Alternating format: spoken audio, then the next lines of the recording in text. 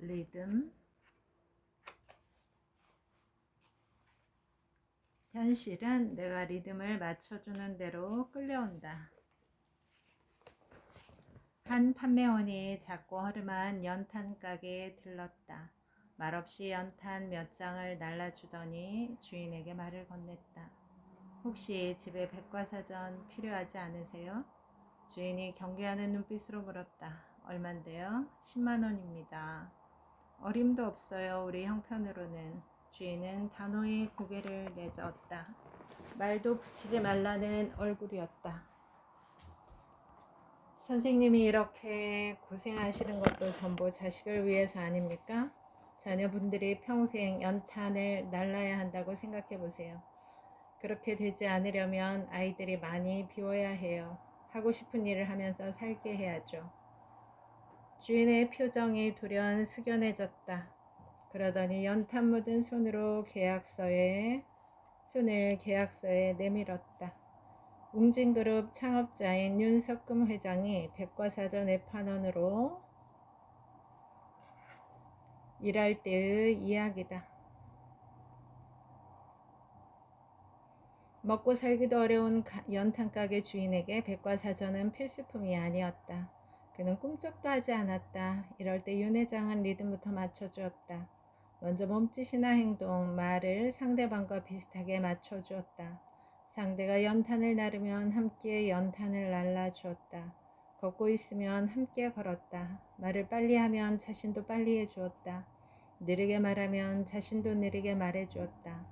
이렇게 외적인 면에 리듬을 맞춘 뒤 가슴속에 숨어있는 열망에다 리듬을 맞춰주었다.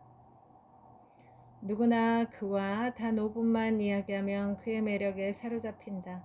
판매 사원들 앞에서 연설하면 마치 인기 연예인이 나온 것처럼 열광한다. 사람들의 마음의 리듬을 맞춰주기 때문이다. 이런 식으로 그는 입사 첫날 브리테니커 사전 26지를 팔았다. 한국 지사가 설립된 이래 신입사원이 세운 최고 기록이었다. 입사 1년 만에 54개국 세일즈맨 중 전체 1등을 차지했다. 리듬만 정확하게 맞춰주면 이 세상에 존재하는 모든 것이 어김없이 내 뜻대로 끌려온다. 예컨대 공중엔 온갖 주파수의 리듬이 떠다닌다. 물리학자이자 심리학자인 민델 박사는 말한다. 사람이 뭔가를 바라보는 것도 결코 우연한 일이 아니다. 그 뭔가와 리듬이 맞아 서로 끌어당길 때 바라보게 된다. 민델 박사는 이렇게 리듬이 맞아떨어져 현실로 나타나는 현상을 추파 던지기라고 불렀다. 나는 지난 28년간 긴 세월을 뉴스 현장에서 보냈다. 기자의 눈에 비친 세상은 재난, 폭행 등으로 얼룩진 고통의 바다였다. 하지만 그건 겉모습이었다. 속모습은 분노, 절망, 좌절, 중호, 슬픔 등 더 큰 아픔이었다. 특히 우리나라의 청소년 우울증은 세계 1위다. 나 자신도 마음의 병을 앓았다.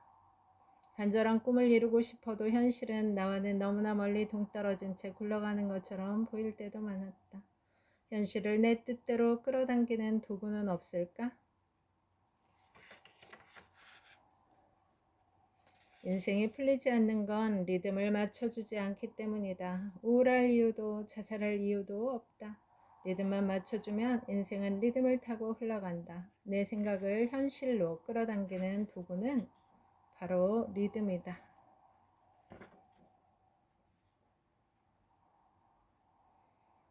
상대에게 리듬 맞추기. 생각은 물건이다. 리듬은 만능 열쇠다.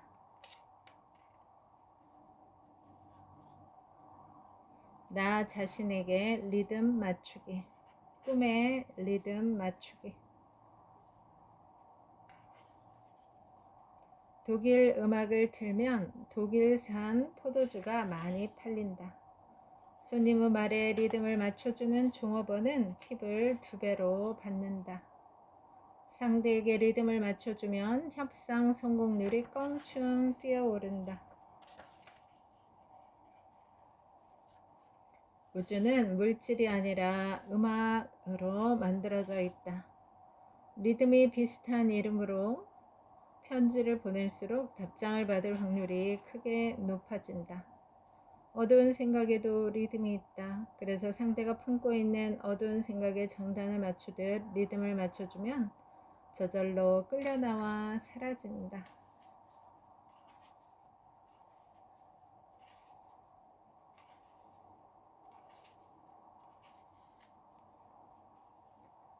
두뇌 가장 깊은 곳에 틀어박힌 한 쌍의 아미그달라는 엄지만한 크기지만 우리의 생존을 책임지고 있다.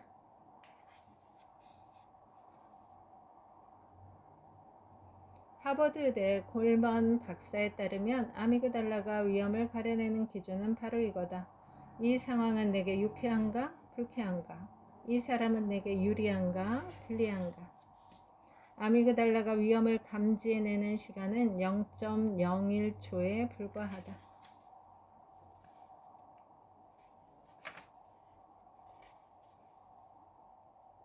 생각은 물결처럼 퍼져나가는 에너지 덩어리이다. 그냥 내버려 두면 마음 밖으로 퍼져나간다. 생각은 물건처럼 짓누르면 마음속에 갇혀버린다. 짓누르면 마음속에 갇혀버린다. 생각에도 각기 고유의 형태, 색깔, 냄새가 있다. 리듬을 안 맞춰주면 폭발한다. 죄책감을 느낄 땐 다른 사람을 빨리 돕고 싶어진다. 사람들은 무거운 생각을 빨리 털어내고 싶어 한다.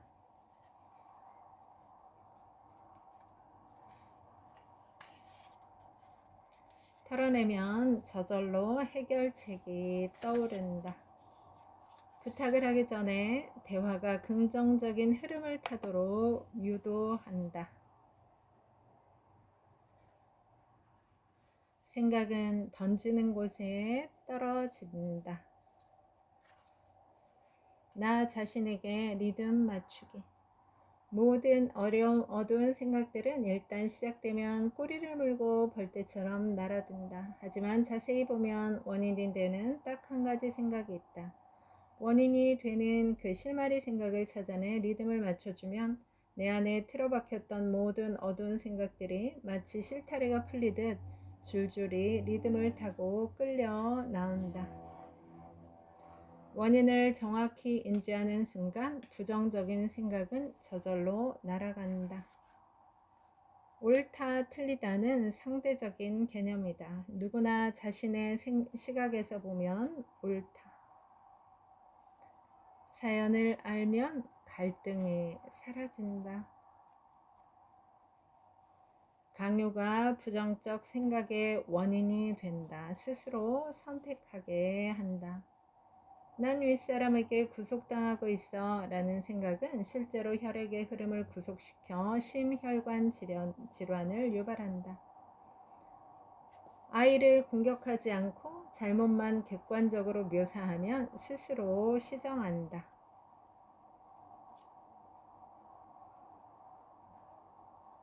나보다 점수가 낮은 사람들을 비교 상대로, 비교 대상으로 삼으면 기분이 좋아진다. 내가 사랑하는 사람이 나 대신 이 고통을 겪어야 한다고 상상하면 고통은 사라진다. 꿈의 리듬 맞추기. 내 눈앞의 현실은 어떻게 창조되는 걸까? 양자 물리학자들은 바라보는 행위로 창조된다 라고 대답한다. 이것이 관찰자 효과이다. 얼핏 이해가 가지 않는다. 하지만 알고 보면 지극히 간단하다. 자세히 볼수록 현실화 리듬이 빨라진다. 즉, 자세히 보는 것이 꿈의 리듬을 맞추는 것이다.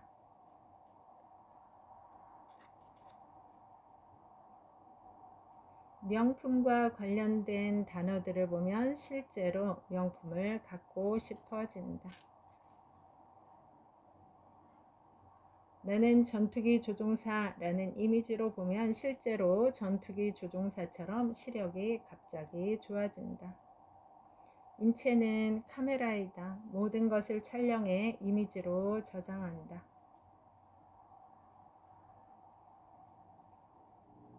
몸은 영혼의 일기장이다. 영겁을 사는 영혼이 겪은 모든 경험이 에너지장에 고스란히 저장되어 있다. 목표를 자세히 바라볼수록 성공할 확률은 극적으로 높아진다.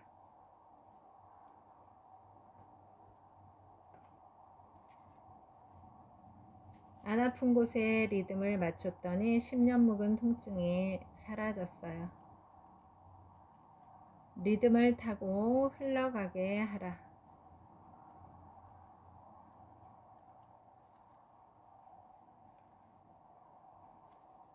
어느 화창한 봄날 한 젊은 여성이 홀로 여관에 들어섰다. 주인이 미심쩍은 눈길로 그녀를 바라보았다.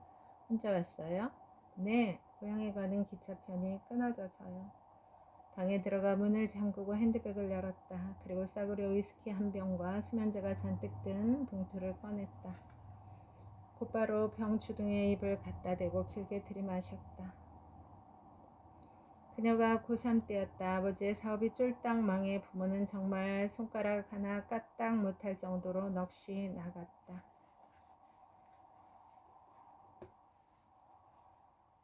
그래, 야간 대학에라도 들어가자. 하지만 은행 봉급만으론 등록비와 생계비가 빠듯했다. 그래서 대학 2학년 말부터 카페에서 일했다. 간신히 대학을 졸업한 뒤 출판사에 들어가고 싶었지만 야간 대학 출신을 받아주는 데가 없었다.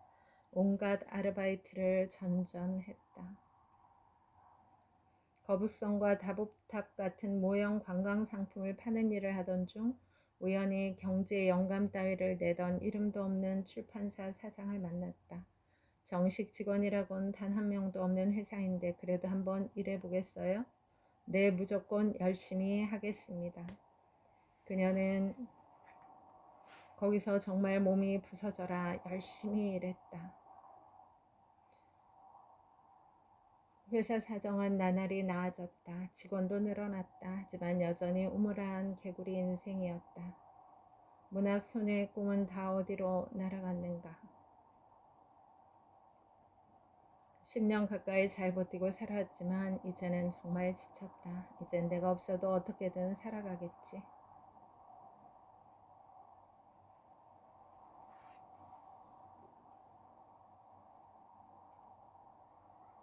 아니 새파랗게 젊은 여자가 무슨 짓이람. 왜 하필 우리 여관에서 이 짓이야. 여관 주인과 직원들이 소리를 질렀다. 자살은 실패였다. 빨리 나가. 다시는 여관에서 이런 짓 마라. 아유 재수없어. 그녀는 집에 돌아와 깊은 혼수 상태에 빠졌다.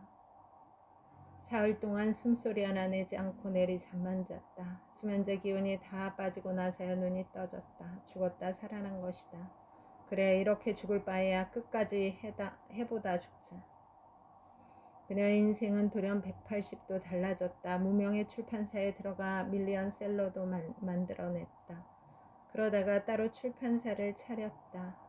이 회사는 출범한 지 4년 만에 연간 매출 100억 원대로 급성장했다. 출판계의 신화인 샘 앤 파커스 박시영 대표 이야기다.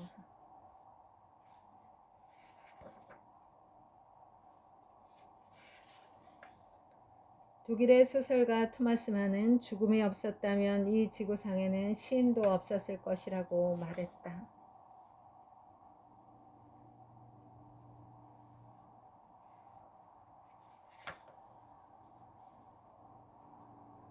인간은 숙명적인 고통을 안고 살아간다. 고통 속에 태어나 생존 경쟁의 고통을 겪는다. 늙는 것, 병드는 것, 죽는 것도 고통이다. 그래서 슬프고 어두운 생각도 필연적이다. 아픔을 주체하지 못해 주저앉고 싶을 땐 저항을 멈추고 잠시 주저앉아야 한다. 주저앉아 아픔을 온몸을 타고 마음껏 흘러가도록 길을 비켜줘야 한다. 아픔이 흘러가고 나면 저절로 고요해진다. 슬픔이 너무나 힘겨워 소리내어 울고 싶을 땐 저항을 멈추고 잠시 실컷 울어야 한다. 슬픔이 흘러가고 나면 다시 고요해진다. 분노가 너무나 거세게 피어올라 터질 것 같을 땐 저항을 멈추고 분노의 불길에 잠시 몸을 빌려줘야 한다. 온몸을 타고 분노의 불길이 다 치솟고 나면 다시 고요해진다. 모든 감정과 생각은 흘러가는 물결이다. 저항하면 그 물결에 휩싸인다. 저항하지 않으면 물결처럼 리듬을 타고 흘러간다. 인생살이에 지쳐 모든 걸 포기하고 싶을 땐 어두운 생각과의 힘겨운 싸움을 멈춰야 한다. 멈추고 몇 발짝 떨어져 자세히 관찰해야 한다. 관찰하면 그냥 리듬을 타고 흘러간다. 어두운 물결이 흘러가면 밝은 물결이 밀려오고 내 인생도 리듬처럼 흘러간다.